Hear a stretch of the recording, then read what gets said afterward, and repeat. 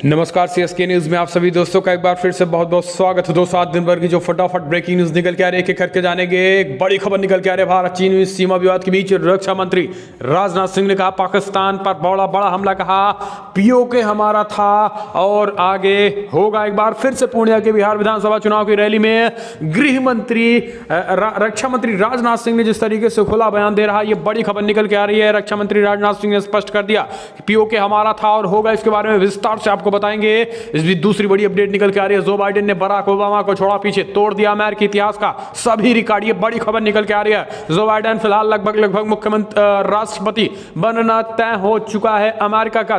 तीसरी बड़ी खबर निकल के आ रही है, फिलहाल अमेरिकी चुनाव में जो बाइडेन की जीत में छिपी है चीन की करारी हार। बढ़ेगी ड्रैगन की टेंशन, कैसे ट्रंप और चीन की दोस्ती कहीं ना कहीं थी, लेकिन बाइडेन ने स्पष्ट चेतावनी दे रखी। इसके बारे में आपको बताएंगे, सब कुछ खबरें करके विस्तार से बताएंगे। भारत नेपाल के बीच पिघली बर्फ। जनरल मनोज मुकुंद नरवणे नेपाल दौरे पर पहुंचे हैं। इस बीच सम्मान उनका किया गया है, तो सब कुछ खबरें एक एक करके आपको विस्तार से बताएंगे और जो सम्मान नेपाल में मिला है वो भी दिखाएंगे। लेकिन जीत के लिए ट्रंप धर्मगुरु तक पहुंच चुके हैं, टोना टोटका भी शुरू कर दिया है। ये अमेरिका की बात है, जी हाँ, तो जानेंगे इनके बारे में। लेकिन उससे पहले अगर आप भी मानते हैं कि फिलहाल प्रधानमंत्री मोदी के नेतृत्व में यह देश न केवल चीन को बल्कि पूरे देश के दुश्मन को जो भी भारत की तरफ बुरी नजर डालेगा, उसको करारा जवाब मिलेगा। अगर आपको भी पीएम मोदी के नेतृत्व पे पूरा भरोसा है तो इस वीडियो को लाइक करके इस देश के इंडियन आर्मी के लिए जय हिंद लिखना मत भूलिएगा। दोस्तों दरअसल पहली बड़ी खबर निकल के आ रही है, आपको बता दें रक्षा मंत्री राजनाथ सिंह ने एक बार फिर से बिहार की जनसभा को संबोधित करते हुए पाकिस्तान को दी साफ चेतावनी। कहा पीओके जल्द खाली करे पाकिस्तान, हमारा था और हमारा होगा। जी हाँ, बिहार विधानसभा चुनाव के तीसरे चरण के मतदान के प्रचार के आखिरी दिन रक्षा मंत्री राजनाथ सिंह ने पूर्णिया के धमदाहा में जदयू के प्रत्याशी लेसी सिंह की चुनावी सभा को संबोधित किया है। इस मौके पर रक्षा मंत्री राजनाथ सिंह ने पाकिस्तान पर जमकर हमला बोला है। उन्होंने कहा कि फिलहाल पाकिस्तान को यह बात अच्छी तरीके से समझ लेनी चाहिए कि पीओके भारत का था और आज भी हम पीओके को भारत का हिस्सा मानते हैं और आगे भी पीओके भारत का हिस्सा ही रहेगा। रक्षा मंत्री राजनाथ सिंह ने कहा है कि संसद में भी इस बात का जिक्र हो चुका है कि पाकिस्तान में भारत को लेकर किस तरीके से डर का माहौल है, ये पाकिस्तान के संसद में जिक्र हो चुका है। रक्षा मंत्री राजनाथ सिंह ने कहा है कि फिलहाल पीओके जल्द से जल्द इमरान खान खाली करें पाकिस्तान, भारत अब कड़ी कार्रवाई करने का समय आ चुका है। दोस्तों बिहार की जनता को संबोधित करते हुए कहीं ना कहीं रक्षा मंत्री राजनाथ सिंह ने संकेत दे दिया है कि आने वाले इसी 24 तक यानी इसी सत्र में इस बार पीओके अपना होकर ही रहेगा, लेकिन काफी लंबा समय है। हालांकि रक्षा मंत्री राजनाथ सिंह ने एक लंबा समय बताया है, लेकिन इसके पहले भी ये बड़ा हमला, बड़ा प्रहार पीओके पर, इमरान खान पर हो सकता है। पीओके को लेकर ये भारत ने, आपको बता दें पिछले एक हफ्ते से रक्षा मंत्री राजनाथ सिंह पीओके लेकर मुखर हो चुके हैं और खुल्ला बयान दे रहे हैं। यही कारण है कि चीन भी झुकता नजर आ रहा है। कल पीओके में बना रहा है सीपीईसी के जो प्रोजेक्ट था चीन, उस पर झुकता नजर आया और भारत को फिलहाल सीपीईसी में शामिल करने की बात कही और चीन पाकिस्तान आर्थिक गलियारे का नाम भी बदलने का प्रस्ताव दे डाला है। तो दोस्तों अब देखने की बात होती है, लेकिन हम चलते हैं अगली अपडेट। जो बाइडेन अमेरिका ने बराक ओबामा को पीछे छोड़ा, तोड़ दिया अमेरिकी इतिहास के सभी रिकॉर्ड। अमेरिकी राष्ट्रपति चुनाव को लेकर मतगणना जारी है। स्थानीय मीडिया के अनुसार अब तक जो बाइडेन को 264 इलेक्टोरल वोट मिल चुके हैं और उनका पलड़ा अब तक भारी नजर आ रहा है, जबकि डोनाल्ड ट्रंप के खाते में अभी तक 214 इलेक्टोरल वोट ही आ पाए हैं। इस बीच डेमोक्रेटिक पार्टी के राष्ट्रपति उम्मीदवार जो बाइडेन ने एक खास रिकॉर्ड अपने नाम कर दिया। दरअसल अमेरिकी इतिहास में जो बाइडेन राष्ट्रपति पद के पहले ऐसे उम्मीदवार बन गए जिन्होंने सबसे ज्यादा वोट मिले हैं। उन्होंने पूर्व राष्ट्रपति बराक ओबामा का रिकॉर्ड भी तोड़ दिया है, जबकि वोटों की गिनती अभी भी हालांकि जारी है। स्थानीय मीडिया के अनुसार जो बाइडेन को अब तक 72 लाख वोट मिल चुके हैं। जी हाँ, 7 करोड़ 20 लाख के करीब वोट मिल चुके हैं, जो अमेरिका के किसी राष्ट्रपति उम्मीदवार को अब तक नहीं मिले हैं। इससे पहले साल 2008 में बराक ओबामा को भी लगभग 6 करोड़ 94 लाख ही वोट मिले थे, जबकि साल 1996 में बिल क्लिंटन को 4 करोड़ 74 लाख वोट मिले थे। ये बड़ी अपडेट। डोनाल्ड ट्रंप को अगर बात करें तो डोनाल्ड ट्रंप को भी 6,85,000 वोट ही मिले थे। इनसे ज्यादा 7,20,000 जो बाइडेन को वोट मिले हैं, ये बड़ी खबर निकल के आ रही है दोस्तों। हम चलते अगली अपडेट लेते हैं। फिलहाल अमेरिकी चुनाव में जो बाइडेन की जीत में छिपी है चीन की हार, बढ़ेगी ड्रैगन की टेंशन।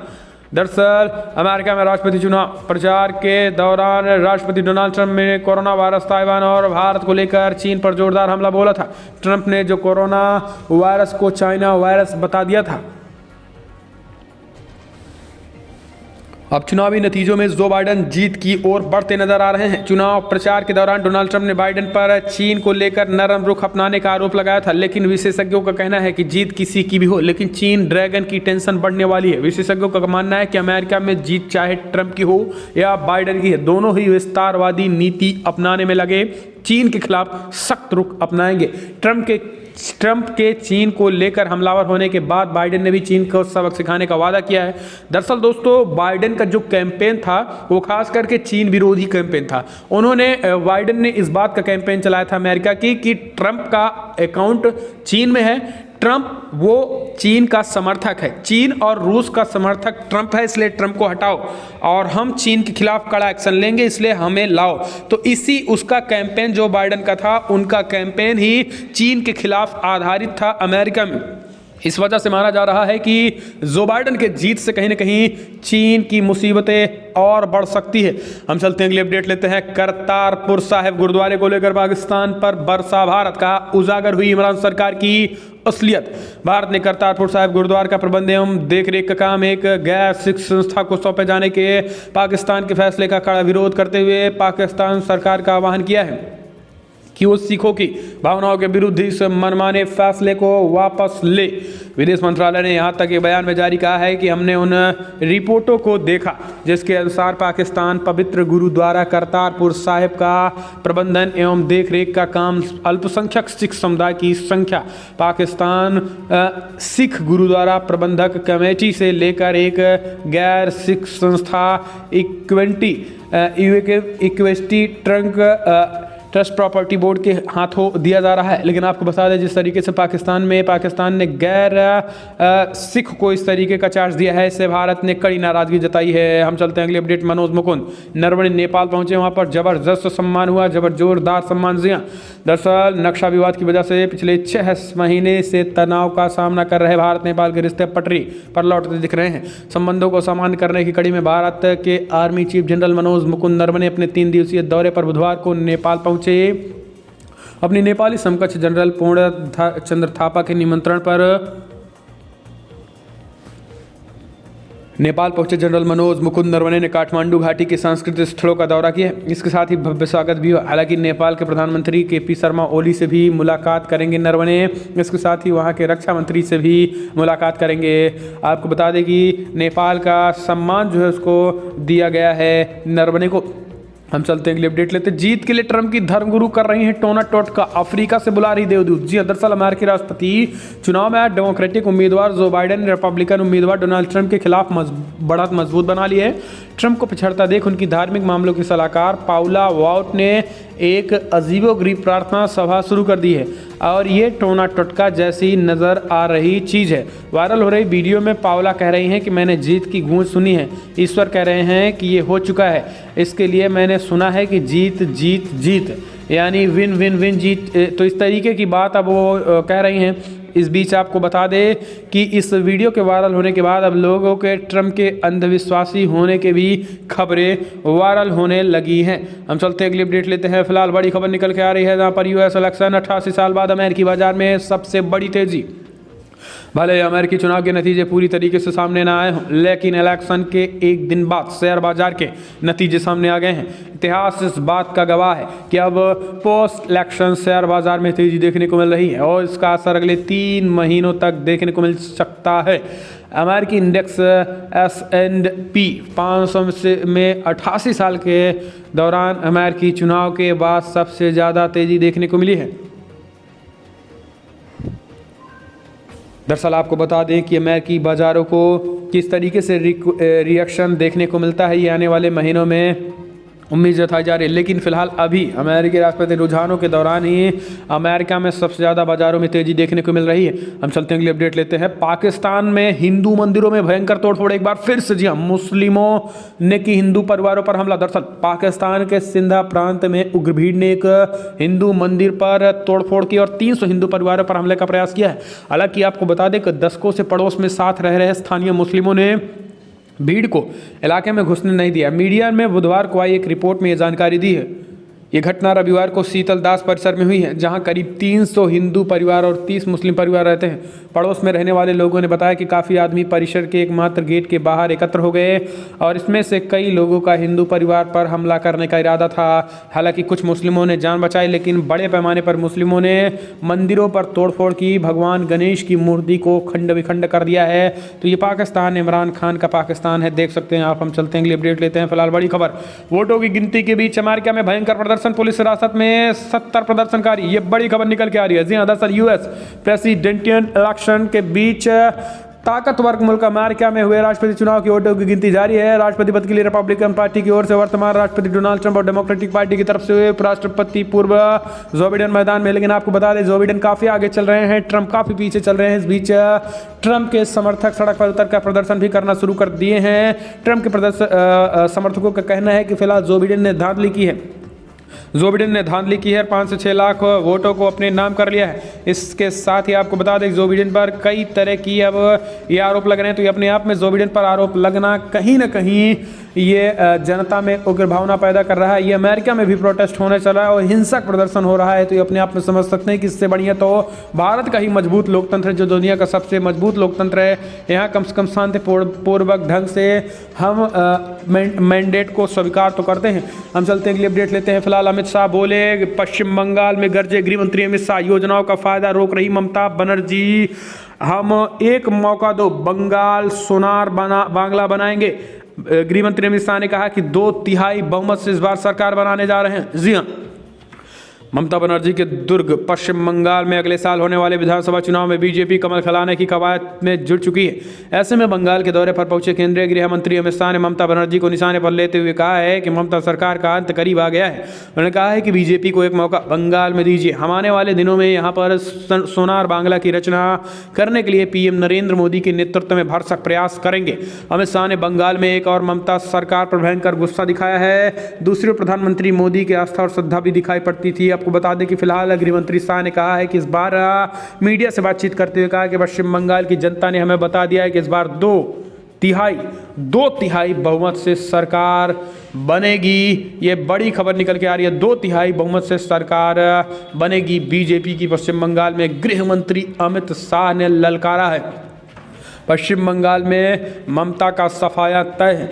हम चलते हैं अगली अपडेट लेते हैं। बिहार विधानसभा चुनाव से बड़ी अपडेट निकल के आ रही है। नीतीश कुमार की जनता से भावुक अपील, बोले ये मेरा आखिरी चुनाव, इसके बाद चुनाव नहीं लड़ेंगे। जी हाँ, बड़ी खबर निकल के आ रही है। ये मेरा आखिरी चुनाव, रैली में सीएम नीतीश कुमार की भावुक अपील। बिहार विधानसभा चुनाव 2020 के तीसरे और आखिरी चरण के मतदान के लिए गुरुवार को प्रचार का आखिरी दिन है।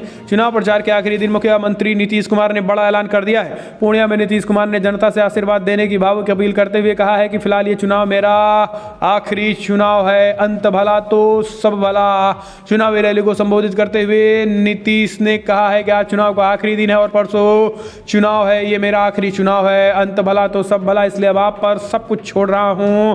अब की बार एक बार फिर से नीतीश सरकार बनाइए और सुशासन की सरकार बनेगी तो आपको भी सुविधाएं मिलेंगी और हमने जो जो कहा है एक एक काम करके दिखाएंगे। ये बड़ी खबर निकल के आ रही है। हम चलते हैं अगले अपडेट। भोपाल में कांग्रेस विधायक मसूद के 4 अवैध निर्माण ढहाए, फ्रांस के खिलाफ किया था प्रदर्शन। मध्य प्रदेश की राजधानी भोपाल में कांग्रेस विधायक आरिफ मसूद के कॉलेज पर प्रशासन ने बुलडोजर चला दिया है। विधायक के कॉलेज पर यह कार्रवाई 4 अवैध हिस्से को लेकर की गई है। दरअसल वही विधायक के समर्थकों द्वारा प्रदर्शन की आशंका के मद्देनजर भारी पुलिस बल तैनात कर दिया गया था। गौरतलब है कुछ दिन पहले भोपाल में फ्रांस के खिलाफ जंगी प्रदर्शन के दौरान आपत्तिजनक बातें कहने पर मसूद के विरुद्ध धार्मिक भावनाएं भड़काने का मामला दर्ज किया गया था। दरअसल प्रधानमंत्री नरेंद्र मोदी ने जब फ्रांस का समर्थन कर दिया इस्लाम के खिलाफ, यानी इस्लामिक टेररिज्म, कट्टर इस्लामाबाद के खिलाफ प्रधानमंत्री ने फ्रांस का समर्थन किया, तो इस देश में विरोध की आवाज़ यानी पीएम मोदी का विरोध ही नहीं बल्कि इस देश की आवाज़ का विरोध था। इसलिए सीएम शिवराज ने मुख्यमंत्री योगी आदित्यनाथ की तरह ताबड़तोड़ एक्शन लिया और उन्होंने फिलहाल अब जिस तरीके से यूपी में भू माफियाओं पर उनके छाती पर बुलडोजर चल रहा है, चाहे फिर माफिया मुख्तार अंसारी हो या अतीक अहमद, ठीक उसी प्रकार से अब अवैध निर्माण पर मध्य प्रदेश में भी माफिया राज खत्म करने की शिवराज ने ठान लिए। हम चलते हैं, अगली अपडेट लेते हैं। फिलहाल यूपी के सभी मदरसे होंगे ऑनलाइन। जी, कसा सिकंजा सीएम योगी ने कहा वो ढिलाई बर्दाश्त नहीं है, बच्चों को शिक्षा दीजिए, आतंक की ट्रेनिंग देना स्वीकार नहीं होगा। समानता के आधार पर बच्चों को शिक्षा व अन्य सुविधाएं मुहैया कराने के लिए प्रदेश के सभी मदरसों को ऑनलाइन किया जाएगा। सीएम योगी ने स्पष्ट कर दिया है कि फिलहाल मदरसा है तो वहाँ सांस्कृतिक शिक्षा दीजिए, पढ़ाई करवाइए, आतंकी मत बनवाइए। मदरसों उनके छात्रों में रह रहे बच्चों का डाटा एकत्र किया जाएगा। अब ऐसा नहीं चलेगा कि मदरसों में आप किसी को भी भरकर कहीं से भी पैसा निकलवा लीजिए, किसी भी तरीके से छात्रवृत्ति सरकार का लेते रहिए। एक एक बच्चों का डाटा लगेगा और एक एक बच्चों का बायो खास करके डाटा एकत्र करके सरकार उसी हिसाब से आपको धन मुहैया कराएगी। इसके साथ ही ऑनलाइन बच्चों का सारा कामकाज ऑनलाइन किया जाएगा। ये सीएम योगी आदित्यनाथ की सरकार ने ये बड़ा एक्शन लिया है। दरअसल आपको बता दें कि इससे पहले सब कुछ वैसे लचर व्यवस्था चलती थी। सपा सरकार में बड़े पैमाने पर मदरसे में रुपए आवंटन हुए थे, लेकिन आज तक मदरसों के भी हाल सुधर नहीं पाए हैं और मदरसों में आतंकवादी ही निकलते थे। लेकिन अब सीएम योगी ने कहा है कि शिक्षित बनाओ। हम चलते हैं, अगली अपडेट लेते हैं। बड़ी अपडेट निकल के आ रही है। बिहार में सीमांचल में ओवैसी ने मचा रखी है महागठबंधन के लिए मुसीबतों की हलचल। जी हां, दरअसल आपको बता दें ये बड़ी खबर निकल के आ रही है। बिहार विधानसभा चुनाव सीमांचल में ओवैसी ने मचा रखी है जबरदस्त हलचल। ओवैसी के चुनाव प्रचार के बाद महागठबंधन की नींद हराम हो गई है। दरअसल आपको बता दें कि ओवैसी ताबड़तोड़ रैलियां कर रहे हैं। ऐसी बात है कि तेजस्वी यादव से ज़्यादा तो ओवैसी की रैली में भीड़ इकट्ठा हो रही है। हालांकि ये सब कट्टर मुस्लिमों की भीड़ है, लेकिन जिन मुसलमानों के वोटों पर राज करने वाले महागठबंधनों की मुसीबतें बढ़ गई हैं। महागठबंधनों के इस बार सीमांचल के इलाके में बड़ा झटका ओवैसी दे सकते हैं और बस यही वो कारण है जिसमें अब खास करके महागठबंधन के लोगों का कहना है कि असदुद्दीन ओवैसी बीजेपी की ही मदद कर रहे हैं, तो उल्टा वो बीजेपी असदुद्दीन ओवैसी पर ही हमला बोलते चले जा रहे हैं, क्योंकि अब उनकी जो जमीन थी महागठबंधन वालों की वो खिसकती फिर से दिखाई दे रही है। हम चलते हैं, अगली अपडेट लेते हैं। लव जिहाद की मांग तेज हुई, कानून बनाने की मांग तेज। अब अमित शाह को पत्र लिखकर सख्त लाने का अनुरोध किया गया है। दरअसल लव जिहाद पर कानून बनाने की मांग तेज हो गई है। मध्य प्रदेश के उज्जैन में भाजपा सांसद अनिल फिरोजिया ने केंद्रीय गृह मंत्री अमित शाह को एक पत्र लिखा, जिनमें उनमें लव जिहाद के खिलाफ संसद में एक सख्त कानून लाने का अनुरोध किया गया है। आपको बता दें कि फिलहाल इनसे पहले यूपी के सीएम योगी आदित्यनाथ, हरियाणा के गृह मंत्री अनिल विज और मध्य प्रदेश के मुख्यमंत्री शिवराज सिंह चौहान पर कानून लाने की बात कह चुके हैं। मध्य प्रदेश के मुख्यमंत्री शिवराज सिंह चौहान ने बुधवार को कहा है कि लव जिहाद के खिलाफ प्रदेश में कानून बनाया जाएगा। मध्य प्रदेश जनसंपर्क विभाग के एक अधिकारी ने बताया है कि मुख्यमंत्री शिवराज सिंह चौहान ने मंत्रालय में प्रदेश की कानून व्यवस्था के संबंध में एक उच्च स्तरीय बैठक ली गई है। इससे पहले मुख्यमंत्री ने कहा है कि प्रदेश में लव जिहाद एवं शादी के लिए धर्म परिवर्तन किसी भी रूप में मान्य नहीं होगा। तो मुख्यमंत्री योगी आदित्यनाथ के कर कमलों पर अब कई भाजपा शासित राज्य चल रहे हैं, लेकिन अगर आप भी मानते हैं कि गृह मंत्री अमित शाह को एक संसद में एक कानून लाना चाहिए लव जिहाद, ताकि पूरे देश में लग सके, हमारे देश के हिंदू भाई बहन सुरक्षित हो सकें, अगर आप भी इस बात के लिए समर्थन है, इस वीडियो को लाइक करें। अब चलते हैं अगली अपडेट। महाराष्ट्र में सोनिया सेना के कर्मकांडी कांड का। जी हाँ, अर्णव गोस्वामी को अलीबाग जेल के कोविड-19 केंद्र में बितानी पड़ी पहली रात। जमानत याचिका पर सुनवाई आज। दरअसल रिपब्लिक टीवी के editor in chief Arnab Goswami, जो एक इंजीनियर डिजाइनर की आत्महत्या के मामले में गिरफ्तार किए गए थे, को स्थानीय स्कूल में रात बितानी पड़ी। ये स्कूल अलीबाग जेल के कोविड-19 केंद्र के रूप में निर्दिष्ट किया गया है। महाराष्ट्र के रायगढ़ जिले के अलीबाग की एक अदालत ने बुधवार को गोस्वामी की ओर से 2 अन्य आरोपियों को 2018 में आत्महत्या के लिए उकसाने के मामले में 18 नवंबर तक न्यायिक हिरासत में भेज दिया गया है। पुलिस ने गोस्वामी की हिरासत 14 दिनों के लिए मांगी थी, लेकिन अदालत ने फिलहाल हिरासत में पूछताछ की आवश्यकताएं नहीं बताई है। लेकिन आपको बता दें कि कोविड-19 के वार्ड रूम में रखा गया था अर्नब गोस्वामी का। हालांकि आपको बता दें, भारतीय जनता पार्टी के महाराष्ट्र में विधायक राम कदम ने अर्नब गोस्वामी से मारपीट के मामले में राज्यपाल से मुलाकात की है। दरअसल बीजेपी विधायक राम कदम ने राज्यपाल से मुलाकात की और रिपब्लिक टीवी के editor in chief Arnab Goswami से मारपीट करने वाले 9 पुलिस वालों को तुरंत सस्पेंड करने की मांग की है और इसमें निष्पक्ष जांच की मांग की है। ये बड़ी अपडेट निकल के आ रही है दोस्तों। हम चलते हैं अगले अपडेट। बिहार विधानसभा चुनाव में भागलपुर में ईवीएम का रोने वाले आरजेडी के नेताओं पर एफआईआर दर्ज। जी हां, दरअसल ईवीएम को लेकर फर्जी हंगामा करने वालों के खिलाफ शिकंजा कसना शुरू हो गया है। बिहार विधानसभा चुनाव में भागलपुर में दूसरे चरण के मतदान के दौरान ईवीएम को नाटक करने वाले आरजेडी के नेताओं के खिलाफ एफआईआर दर्ज कर लिया और उनको गिरफ्तारी का आदेश दे दिया। उनका कहना है कि ईवीएम के नाम पर फर्जी अफवाह फैलाई गई है। तो दोस्तों फिलहाल बड़ी खबर में इतना है, लेकिन अगर आपको वीडियो पसंद आए तो लाइक कर शेयर करें, कमेंट के माध्यम से अपनी राय देना ना भूलें। इस वीडियो में इतना ही। जय हिंद, वंदे मातरम।